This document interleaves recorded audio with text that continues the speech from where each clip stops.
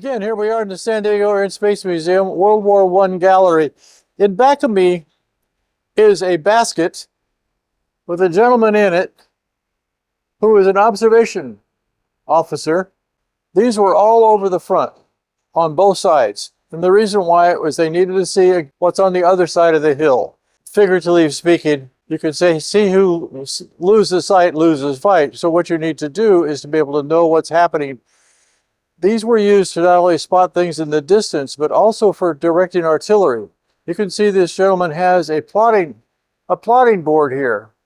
He would use this plotting board to direct artillery.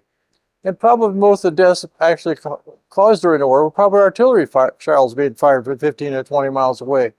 These balloons would be held down in the morning, and they built kind of like trenches. They would pull the balloons down, and then as the sun came up, they would bring them up in the air between 3,000 and 4,500 feet so they could see a distance. These were very effective in locating the enemy and where he is and what he was doing. And because of that, there were targets, serious targets, for the Allied and German airplanes where I was trying to shoot down the balloons to stop the observation.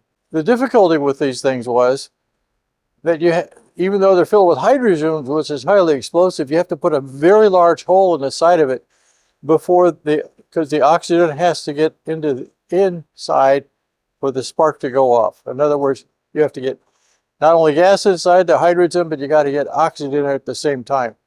So basically, the fighter pilots like Rickenbacker or the balloon buster, Frank Luke, would come in low and fly at top speed and just hold the trigger down as long as they could and pull up and fly away. Frank Luke, one day, shortly before he was killed, he got 3 balloons in about 10 minutes.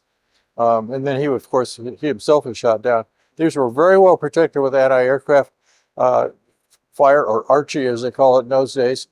The insignificant thing about this is the parachute. When the adversary knew that there were airplanes in the airplane, they would try and get the thing down as fast as they could. If they couldn't get it down fast enough, the observation fellow up above would basically use the parachute and jump over the side.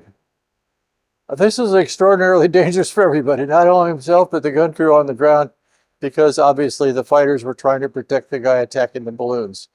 I haven't really read a number about how many balloons there were, but I got a feeling there were just everywhere, every 5 or 6 miles on the front.